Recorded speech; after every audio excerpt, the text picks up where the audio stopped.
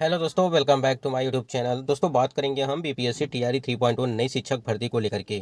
BPSC TRE 3.0 नई शिक्षक भर्ती के जो आपकी टीआरई 3.0 का री एग्जाम डेट है, उसकी अपडेट के बारे में बात करने वाले हैं। और बीपीएससी टीआरई 1 आपका जो हुआ था, यानी कि टीआरई 1.0 और टीआरई 2.0 फर्जी शिक्षक बाहर, यानी कि एक अपडेट निकल के आई है आपके जितने भी कैंडिडेट थे टीआरई 1 और टीआरई 2.0 के, उनके संबंध में सब्जेक्ट कॉम्बिनेशन को लेकर के बात करने वाले हैं। टीआरई 3.0 के जितने भी कैंडिडेट हैं उनके लिए बड़ी अपडेट निकल के आ रही है। आपसे बता दें, जो भी चीज़ें हैं वो सारी चीज़ें ऑथेंटिक हैं, तो आप वीडियो पर बने रहेंगे लास्ट तक, तो सारी अपडेट आपको मिलती रहेगी।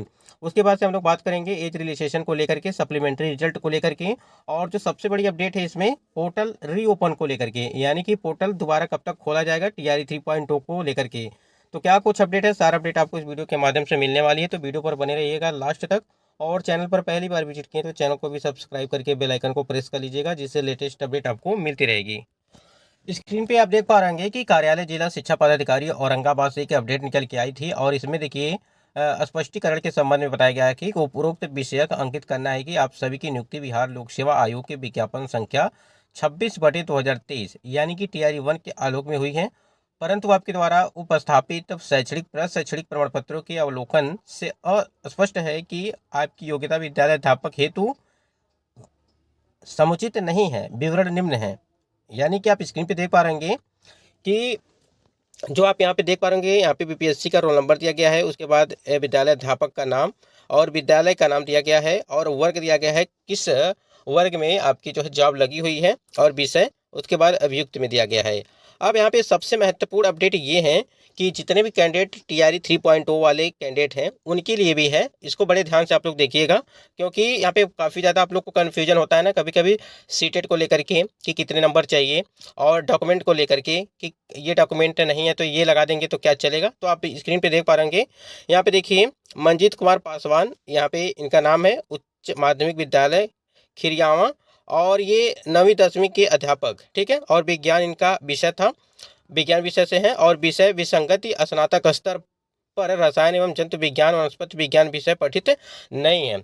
अब इन्होंने फॉर्म अप्लाई कर दिया, ठीक है।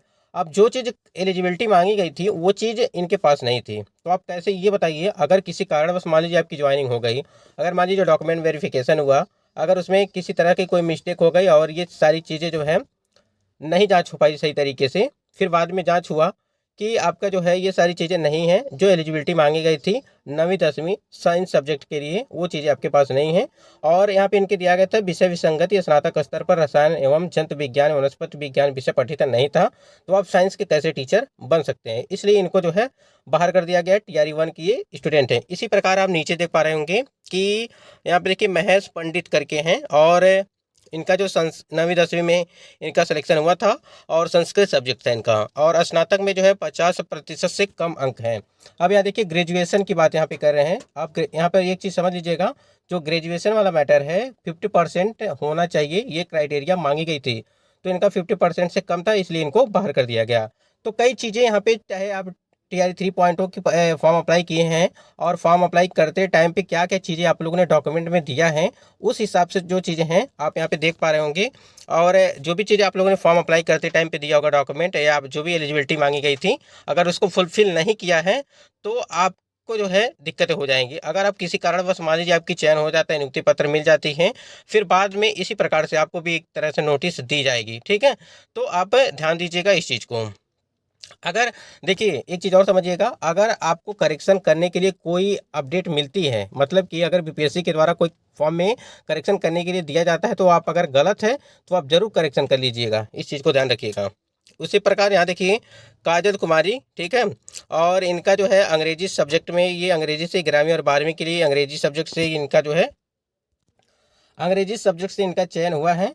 और इनके में क्या दिक्कत है, इनको हम बता देते हैं आपको कि इनके में दिक्कत ये है कि स्नातकोत्तर में विनायक मिशन, ये चीज़ें हैं अभियुक्त में दिया गया है। उसी प्रकार रवि रंजन कुमार हैं, और 11वीं 12वीं अंग्रेजी के लिए इनका भी है स्नातकोत्तर विनायक का मिशन। ये पता नहीं क्या चीज़ है, ये हमको थोड़ा समझ नहीं आ रहा है, स्नातकोत्तर विनायक मिशन क्या चीज़ है, ठीक है। और भी कई सारे हैं, देखिए साधना कुमारी के लिए है, और अंग्रेजी सब्जेक्ट है इनका 11वीं 12वीं के लिए अध्यापिका बनी थी। और बीएड सत्र 2017-19 एवं MA पूर्णतः दिसंबर 2018, ये चीज़ें, यानी कि इसमें कुछ त्रुटियां हैं, इस वजह से इनको जो है बाहर किया गया था। ठीक है।